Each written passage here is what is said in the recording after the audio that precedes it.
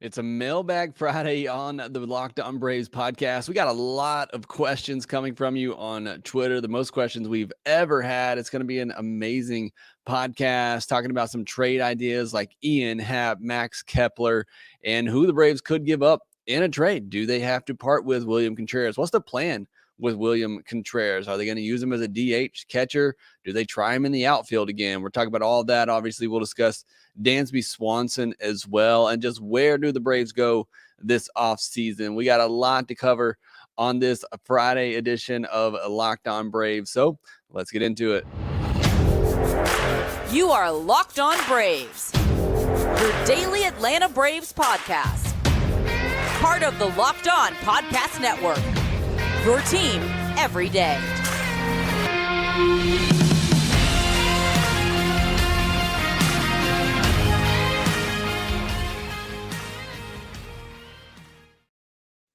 Hey, and welcome back to Locked On Braves, part of Locked On Sports Atlanta, where we cover your favorite Atlanta sports teams each and every day. I am your host, Jake Mastriani. You can follow me on Twitter at ShortstopBall. Also, make sure you follow the podcast on Twitter at LockedOn_Braves.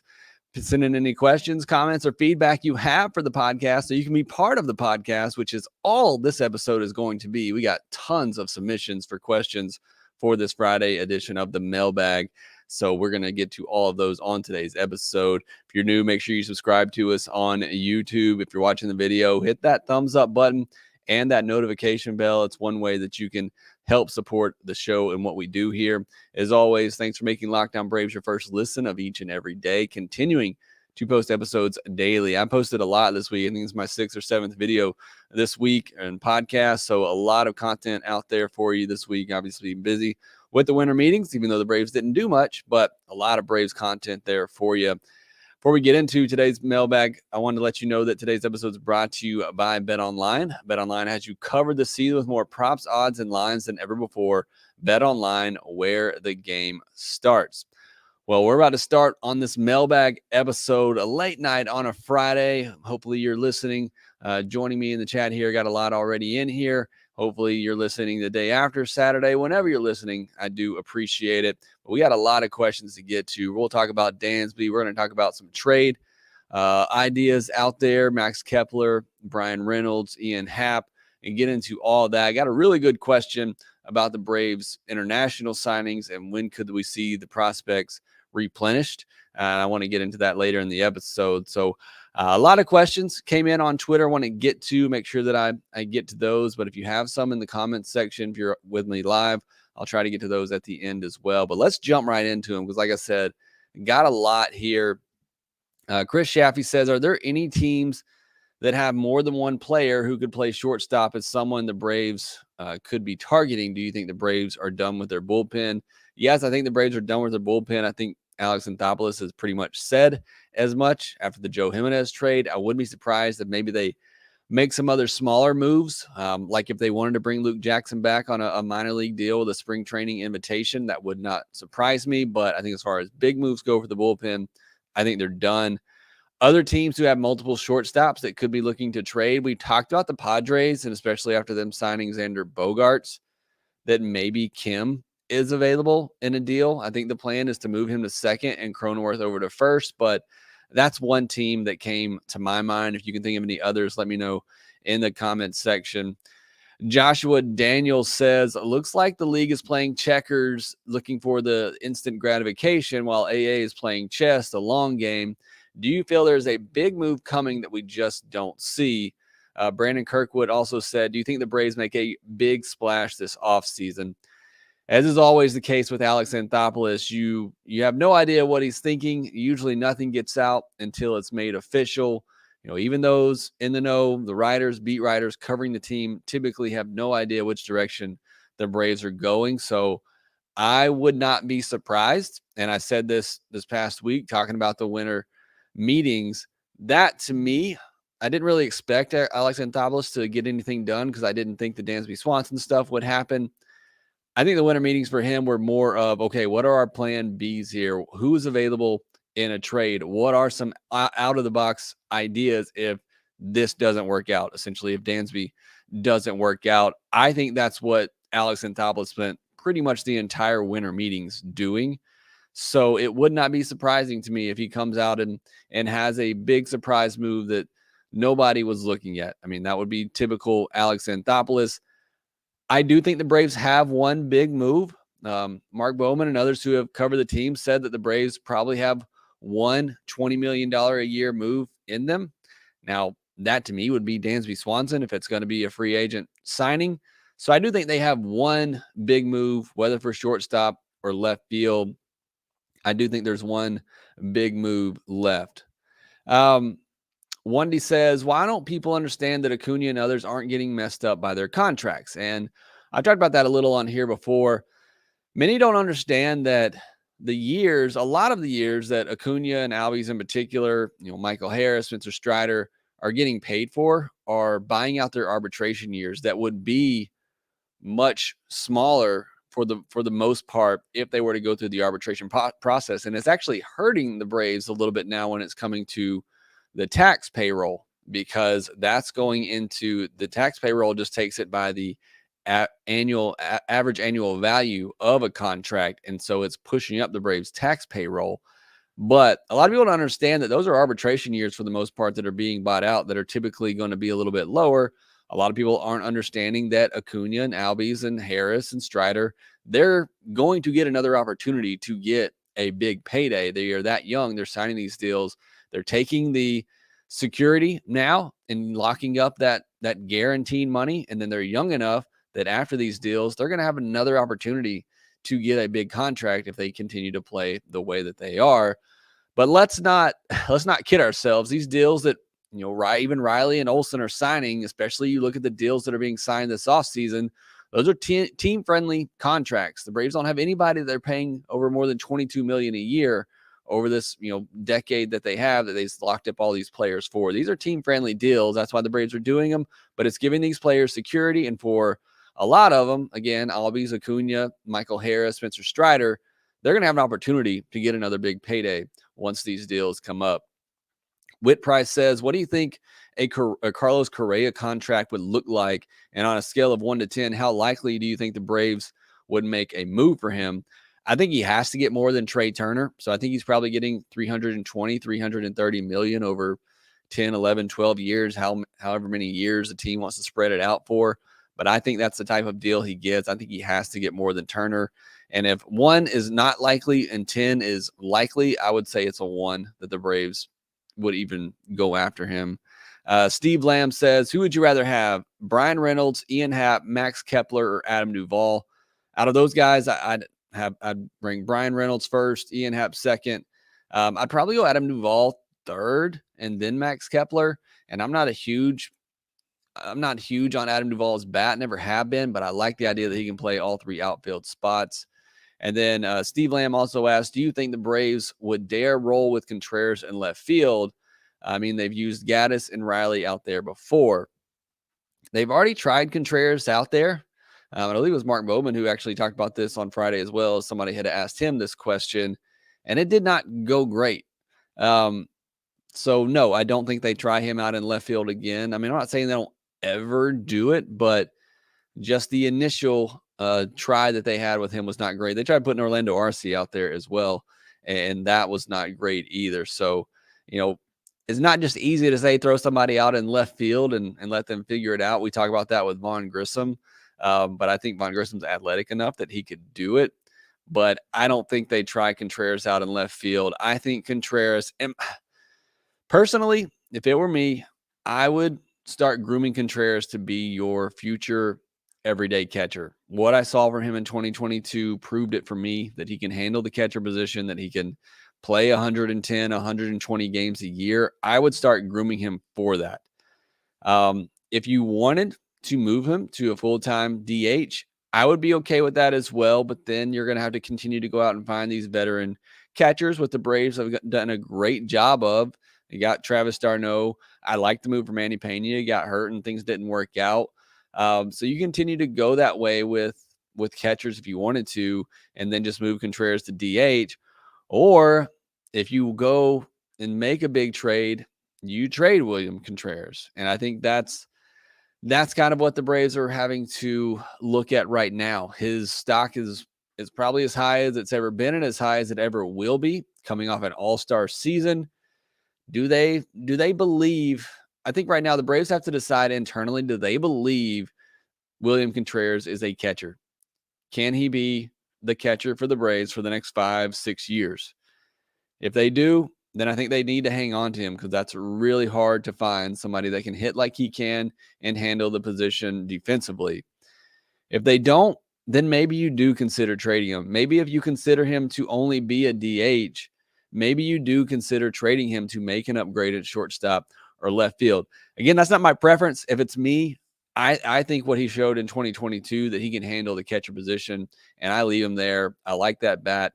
Maybe he becomes Wilson Contreras, who just signed a big deal over $90 million with the St. Louis Cardinals. So that's how I would handle William Contreras, but I think that's a big decision the Braves are mulling over right now. All right, going to take a quick break, come back and get to some more of your questions. Before we do that, though, this episode is also brought to you by our friends at Built Bar. Built Bar has the most amazing flavors for protein bars, including their new regimented flavors like the cookie dough topper, coconut brownie bar, and the coconut brownie topper. There's also the white chocolate peppermint granola. It's Built's take on the granola bar that is more filling and insanely tasty. They also have the candy cane brownie puff for the holiday season. If you haven't tried one of their puffs before, it's like biting into a delicious cloud. Built Bar has revolutionized nutrition as we know it with 100% real chocolate, 17 grams of protein, and shockingly low calorie and sugar counts, just 130 calories in most Built Bars. Just sink your teeth into that first bite and it will change your life forever. Right now, you can get 15% off your order by using the promo code LOCKEDON15 at built.com. Again, that's code LOCKED15 at built.com to get 15% off your order of the most amazing tasting protein bars out there. Jumping back into your questions, this one coming from 2023 NL MVP Matt Olson, Twitter handle, not the actual Matt Olson, but I love the confidence there. Says, does Ian Happ trade look more realistic than a Bryan Reynolds deal? I know they're two different players with different amounts of control, but Happ shouldn't cost as much. And if you like what you see, you can extend him. And then Baseball Fan had also asked about an Ian Happ trade. Ian Happ was at the top of my list at the past trade deadline. I like Ian Happ. I like his ability to get on base, the switch hitting ability that he has. So I like Ian Happ. I just don't know what the Cubs' plan is. I mean, the Cubs, many believe, are the top suitor for Dansby Swanson. Do they go out and get Dansby Swanson and a pitcher or two, and do they try to compete in 2023? They could have very easily traded Ian Happ at the last deadline and didn't. Did they just not see anything that they thought was good enough to move him? Are they, again, trying to compete? Do they want to extend Ian Happ? I just have no idea what the Cubs are doing right now, which makes an Ian Happ trade kind of difficult to project, but it would be easier because it's 1 year of control. So you probably wouldn't have to give up as much. You could maybe give up, 2 starting pitching prospects. But I do like Ian Happ, and I think it's a great option. I would certainly be on board for that. He had also, what would you think about a trade for Max Kepler, who we'd have for the next 2 seasons? He certainly wouldn't demand Reynolds' cost, and we might be able to walk away from a deal without giving up Contreras and Grissom. Stephen Buchanan on YouTube in the community section. If you haven't checked out the community section on YouTube, I post questions and polls there as well. Says, had also asked about Max Kepler as an under-the-radar type of option in the outfield. I think Kepler could be a solid option. I honestly haven't looked into it too much other than just a little bit here before the podcast. Had some good metrics, not exactly good in the average exit velocity or barrel percentage, but everything else was in the red on his Baseball Savant page. But a low average, low on base guy, has shown 20 home run pop in the past, left-handed hitter. So, I mean, would be a good option. I'd probably put, if I were ranking trade options, I'd rank Reynolds, Happ, and then Kepler out of the 3 that we've talked about. The Twins do have a couple of outfield prospects that could be ready soon. And I think the Twins want to win as well. But I don't think the cost would be too much. Again, maybe maybe a couple of top pitching prospects. I don't know that you'd have to give up Grissom or Contreras in one of those, but maybe because of the extra years of control. Caleb Hudgens says, I feel if the Braves were to at least maintain last year's offensive firepower or to improve, they'd have to sign either Swanson or Correa or trade for Bryan Reynolds or sign Benintendi. If not one of those, where do the Braves turn? I agree they need to at least try to replace Swanson's production. However, I will say this. I'm expecting a better year from Ronald Acuna Jr. I'm expecting a better year from Ozzie Albies. I'm expecting a better year from Eddie Rosario if he does play. There are players on. I'm even expecting a better year from Matt Olson. Not that he was bad last year. I'm just expecting in year 2 for him to be even better. So those are 4 key players on the Braves team that I think are going to have better years in 2023. Now, with that, you may have some players take a step back. William Contreras could take a step back. You could see, Austin Riley potentially take a step back. Michael Harris in his sophomore season, we could see, him take a step back as well. But I do think there are 4 prominent players on this Braves team that very reasonably could be better next year than they were in 2022. The man said, should the Braves turn their focus to shortstop or left field? Both seems to be the only gaping holes in this team, and I think the Braves could afford a significant upgrade. If you're asking me which one I think should be the top priority, I think it should be shortstop. Take a look at my Twitter handle, Shortstop Ball. I think shortstop's maybe the most important position on the field outside of maybe catcher. So I think shortstop needs to be priority number 1, and I think that's what's holding up everything right now. I think Alex is waiting to see what happens with Dansby, and then he's going to pivot from there. And if it's not Dansby, then I think maybe you go with the defensive first option and then maybe try to upgrade the bat part of it in left field. But for me, priority 1 should be finding a solid defensive shortstop, whether that's Dansby, Andrus, Iglesias, or you trade for Willy Adames, whoever that may be. To me, that's priority number 1.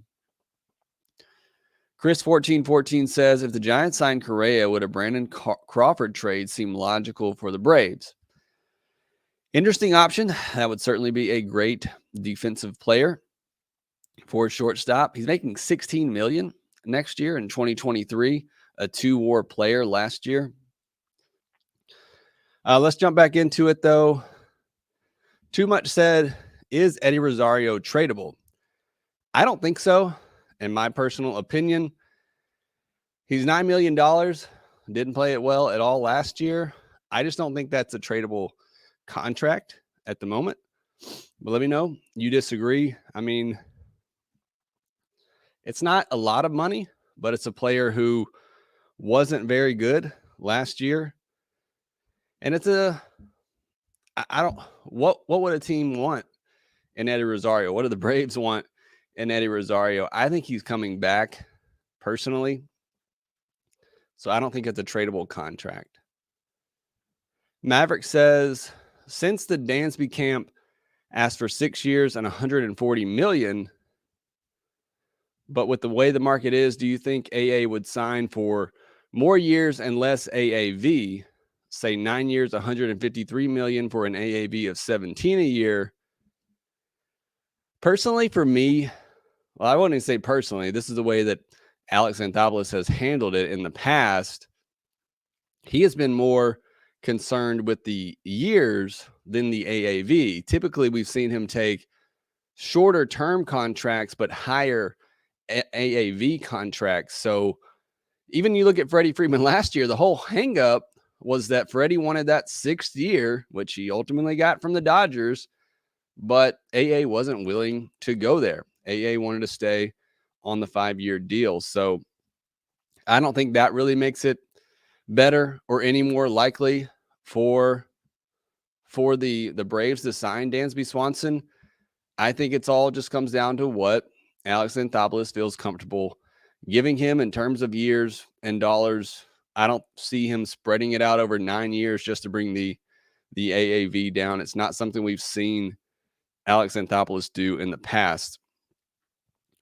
All right, I'm going to take another break, and then I got another question from Twitter that I really want to get to, talking about the prospects, but I want to kind of break it up and start brand new with that one.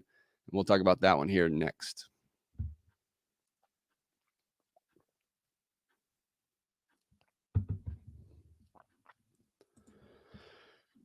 All right, our final Twitter question comes from Balefire, who says, now that the Braves can fully play in the international market again, how long will it take for Alex Anthopoulos and company to replenish the farm system?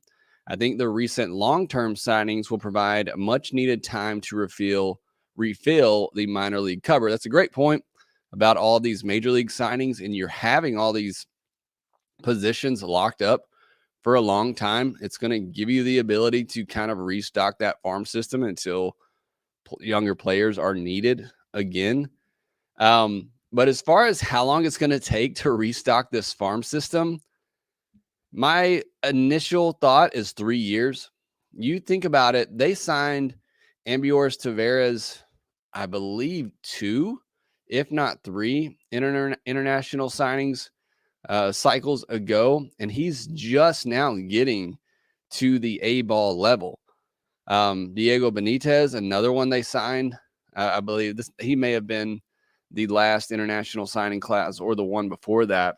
He's not even playing in A-ball yet. So it takes a while for these international prospects to get in the system, to start playing, where a lot of scouts can see them on a regular basis before they're playing actually, decent competition. And then you try to figure out what type of prospect they're going to be.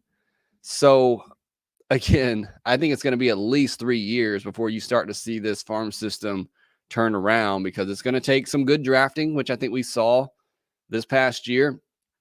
And you got to keep in mind too, the MLB draft has been cut significantly to 20 rounds, but I think the Braves did a great job last year, and you saw them focus on that. They traded Drew Waters to get additional draft capital just to make some big signings to replenish the farm system. So I see them making that effort. And now that they're back in the international market, they're, focused on the MLB draft and making some solid signings there to replenish it. I think they're on their way to doing it, but it's still going to be a long journey. I mean, they've used a lot of these prospects to build up the team that they have, the core, the foundation that they have, and they've used them in trades as well. I mean, they haven't really traded anybody significant away outside of the Matt Olson deal, but still they've had to part with some guys who, would at least fill up the farm system and give you some decent prospect capital to work with.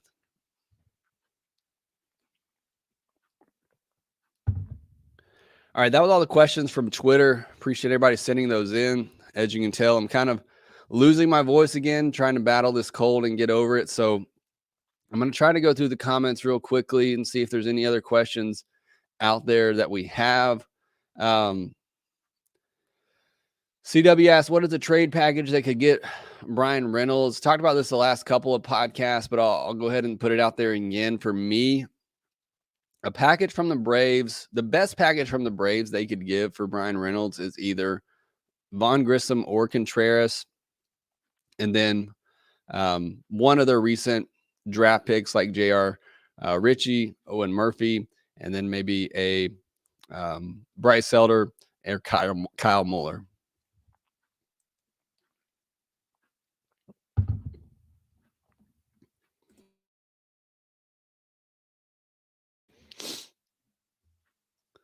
William says, heard some rumors about possibly trading for Merrell Kelly from Arizona. Would make a good fifth starter. Yeah, that would be pretty solid. That would be a pretty big price as well for him.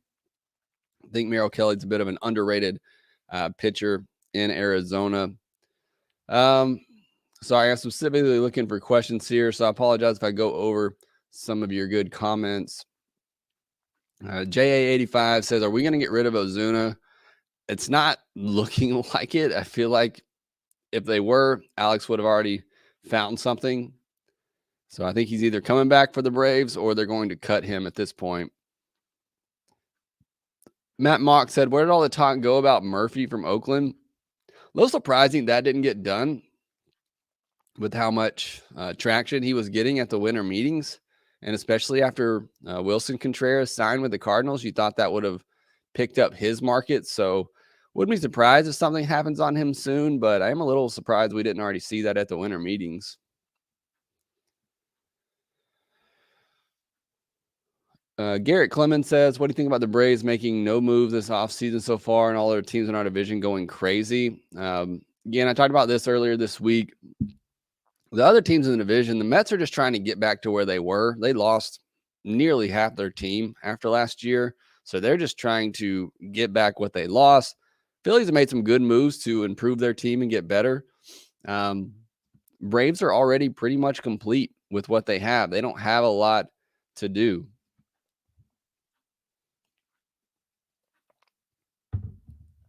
Placido Lopez says, can Ian Anderson be offered in a trade? For sure, he can. And I think that could be a situation if you have somebody they're interested in that has a couple of years of control that maybe hasn't lived up to the hype. There could be a swap there with another team. A couple of people asking about MadBum. I don't think he's a good fit for the Braves. I don't see that as a good fit at all, in my opinion. And I've loved MadBum in the past, but I just don't see that as a likely trade candidate. I had mentioned last off season about doing a bad contract swap with Ozuna and MadBum. I kind of wish they would have done that then, but I don't even think it makes really much sense now. The Diamondbacks certainly wouldn't do that. But I don't even think MadBum really makes any sense for the Braves. A lot of great comments out here. I really do apologize. I drink my orange juice every morning. Garrett Clement trying to get over this sickness here. Sorry I couldn't get to all the other comments. I appreciate everybody who said hey in the chat section. Appreciate everybody for joining. Appreciate everybody for hanging around and listening to me. Sorry about the coughing fits. Had to step away there for a second, but thank you so much as always. I love these Mailbag Fridays. I love this interaction with you on the podcast, on Twitter. So continue to join these live podcasts, recordings of the podcast, even if sometimes it leads to some embarrassing moments like tonight. But I do appreciate you following along, listening. I really appreciate all the questions on Twitter. We had so many great questions on Twitter for this Mailbag podcast. I really do appreciate it. Thank you all for listening, hanging out with me on this Friday night.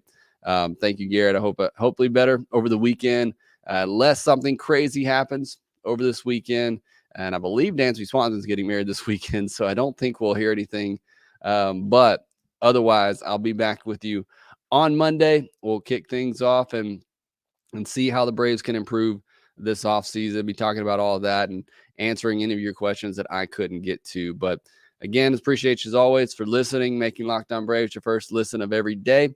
Now go make your second listen, the Locked On MLB podcast, where MLB expert Paul Francis Sullivan brings humor, passion, and a unique perspective on every team, talking about the biggest stories from around the league. Again, thanks for listening. Follow me on Twitter at ShortstopBall, and you can follow the podcast at LockedOn_Braves. Rate, review, and subscribe to the Locked On Braves podcast wherever you get your podcast, and we will talk to you next time.